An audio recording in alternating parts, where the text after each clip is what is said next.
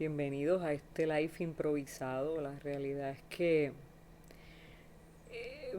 no acostumbro a hacerlo. Básicamente me mantengo en los espacios de servicio tradicionales de la iglesia o algún espacio también de servicio y de comunicación a través de los medios en la capellanía universitaria.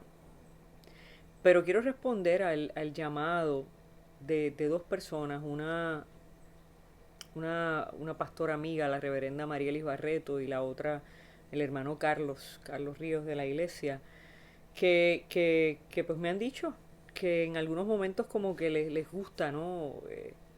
Esa espontaneidad de un live y de ver qué, qué, qué Dios me inquieta en ese momento particular a decirle a ellos, a ustedes, a la iglesia, a mis amistades.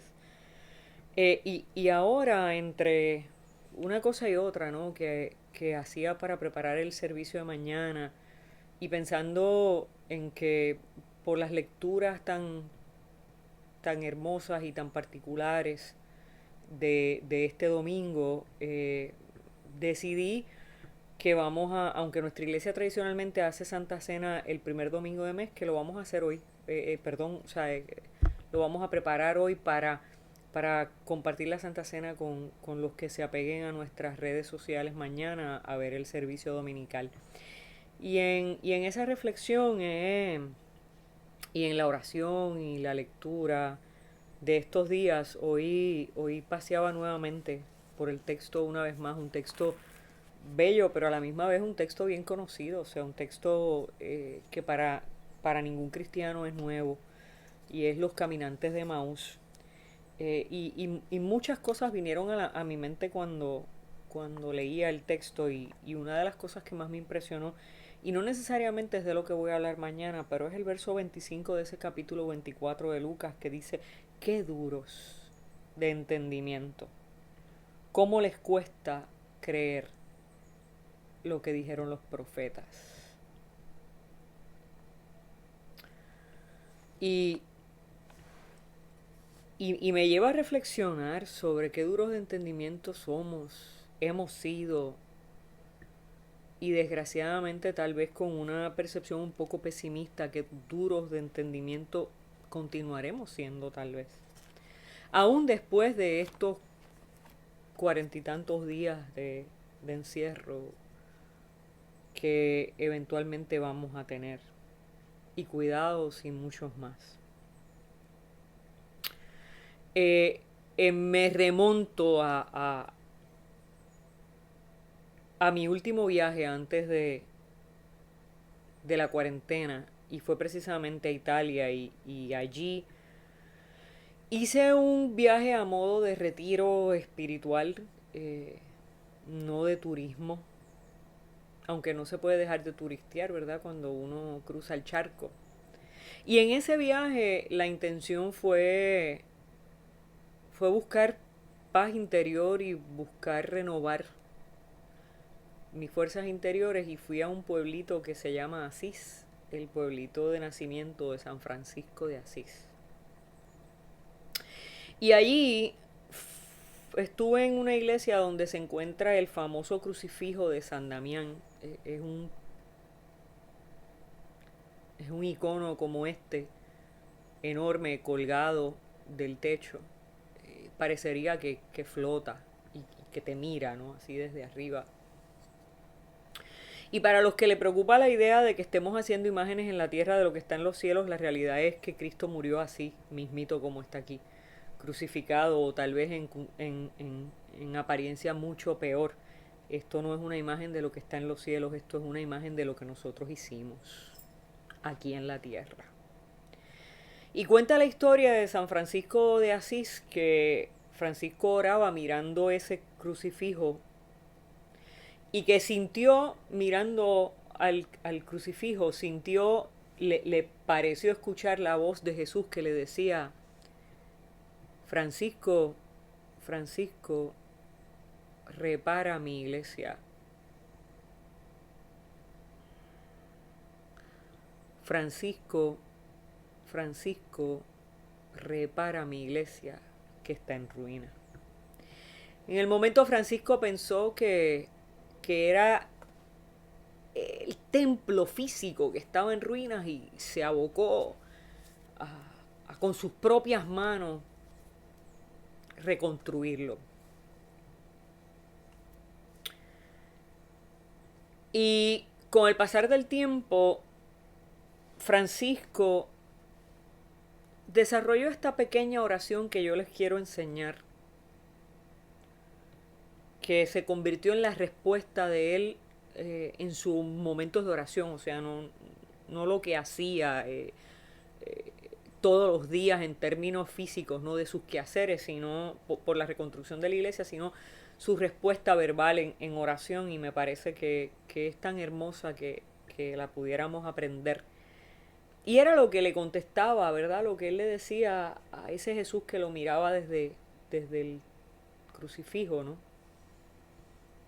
Sumo, glorioso Dios, ilumina las tinieblas de mi corazón y dame fe recta, esperanza cierta y caridad perfecta, sentido y conocimiento, Señor, para que cumpla tu santo y verdadero mandamiento.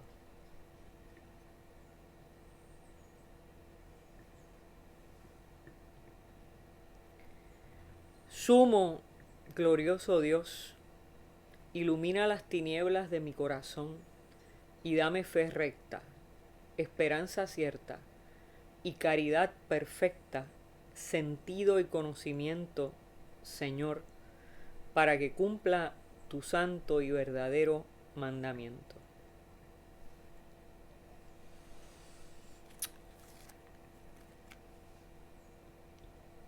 Pero si vamos al texto que vamos a trabajar este fin de semana y este domingo, y escuchamos las palabras de Jesús resucitado frente a unos discípulos que se han ido de regreso a su pueblo descorazonado, fracasado, frustrado,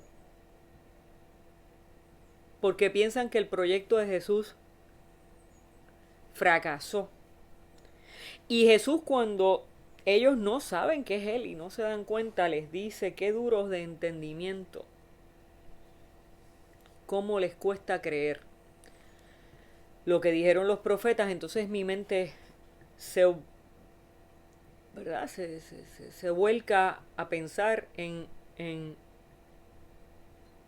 si no creemos las palabras de los profetas, si no creemos lo que Jesús nos dijo, lo que nos enseñó, si no creemos en la palabra proclamada por Jesús, ¿cómo vamos a reparar su iglesia que está en ruina? El primer paso es creerle a Jesús.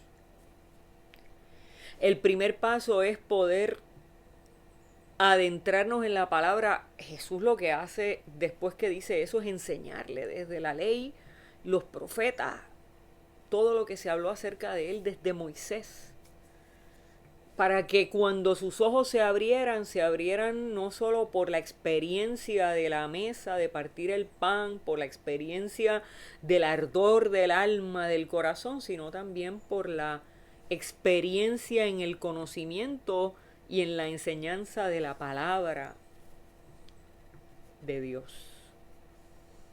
¿Cómo nosotros vamos a responder a ese llamado de reparar la iglesia si no creemos en Jesús? Si no estudiamos su palabra, si no creemos en lo que se ha dicho de Él, en lo que Él ha dicho. Sumo glorioso Dios, ilumina las tinieblas de mi corazón. Pudiera ser el primer paso.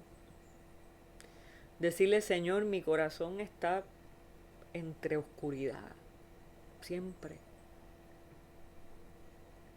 Las tinieblas de mi pecado, de mi duda,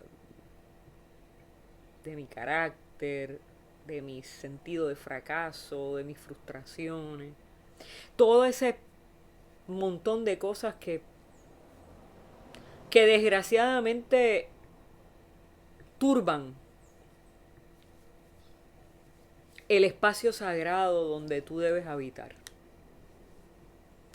Ilumina las tinieblas de mi corazón, decía Francisco. O sea, Jesús, tú como luz, tú mismo como luz, entra. Porque una vez tú entres a mi corazón que está lleno de oscuridad y tiniebla, tu luz disipa esa oscuridad. Y dame fe recta. Ay, yo no sé lo que quería decir Francisco con eso de fe recta, pero me asusta.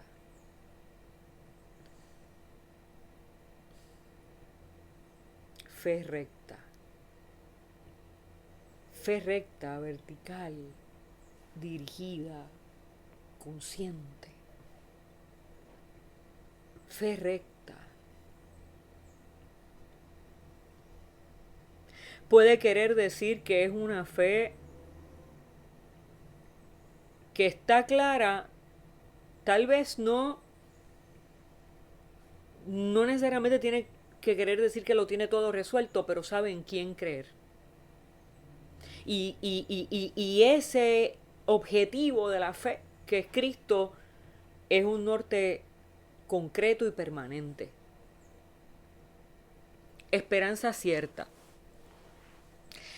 La esperanza tiene un elemento de incertidumbre, porque esperanza es creer en algo que tú no necesariamente das por posible. Así que al combinarlo con eso de cierta, esperanza cierta, es como remontarnos y decir, estamos hablando de dame esperanza en la certeza que proviene de ti, no de nada que tenga que ver con los seres humanos. Y ahora la caridad perfecta, wow, caridad, o sea, esa entrega, ese sentido de vaciamiento de nosotros, de darnos al otro, al prójimo, y de manera perfecta. Perfecta lo que quiere decir es completa, plena, total. Y esa parte yo creo que está bien complicada para los seres humanos. La caridad siempre ha sido uno de nuestros talones de Aquiles. Sentido y conocimiento, Señor. Esto no es solamente cuestión de emociones, esto tiene que ver también con nuestro conocimiento. Conocimiento de la palabra, conocimiento de Dios, conocimiento de la verdad. Tiene que ver con la transformación de nuestro entendimiento, como decía Pablo. Tenemos que cultivar también nuestro entendimiento para ponerlo en conexión y en diálogo con nuestro corazón y nuestras emociones. Y todo eso que hemos hablado con un solo propósito. Ni con ser más prósperos, ni con ser más inteligentes, ni con ser más reconocidos.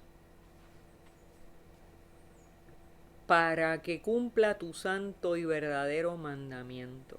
En el caso de Francisco, el mandamiento era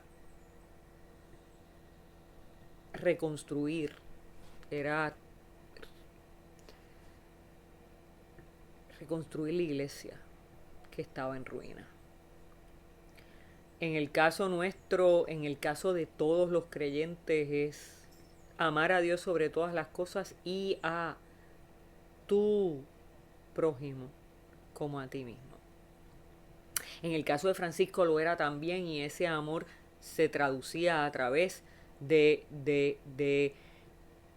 esa renovación de la iglesia que le pedía Jesús crucificado, que tenía que ver estrictamente con transformar una iglesia poderosa, una iglesia ostentosa, una iglesia de poderes y de diferencias sociales, en una iglesia hacia los pobres, en una iglesia desde el corazón de Dios hacia el pobre y por el pobre y para el pobre, y el pobre no solo económicamente, sino también el empobrecido del alma.